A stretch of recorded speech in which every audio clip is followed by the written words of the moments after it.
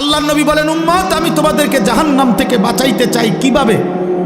এটার উদাহরণ দিতে গিয়ে নবীজি এই কথাটা বলছে। আমি এক মিনিট সামনে একটা জিনিস দেখাবো শুধু। মানে আমি ওনারে মহব্বত করি, তা আমি ওনার হাত ধরে বললাম, ভাই আপনার আমি হাতে ধরে বললাম, আপনি যায়েন না, ওইটা আগুন, আপনি ধ্বংস হয়ে যাবেন। উনি ঝটকা দিয়ে আমার হাত ছাড়াই নিল।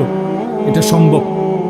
আমি ওনার ঘাড়ে হাত দিলাম, কাঁধে হাত দিলাম, ভাই আল্লাহর দোহাই আপনি যাইয়েন না, ধ্বংস হয়ে যাবেন, ওইটা আগুন।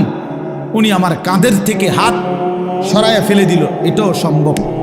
কিন্তু আমি যখন ভালোবাসার কারণে আমার সিদ্ধান্ত আমি তাকে বাঁচাবই, আমার ভাইকে, তখন আমি তার কোমরে জড়াইয়া ধরলাম, জড়াইয়া কোমরে ধইরা বললাম, না ভাই আমি তোমাকে ওই আগুনে পড়তে দিব না, আমি যাইতে দেব না তোমারে। আল্লাহর কসম নবীজি বলছে, উম্মত আমি আমার এক এক উম্মতকে কোমরে জড়াইয়া ধইরা জাহান্নামের আগুন থেকে বাঁচাইতে চাই।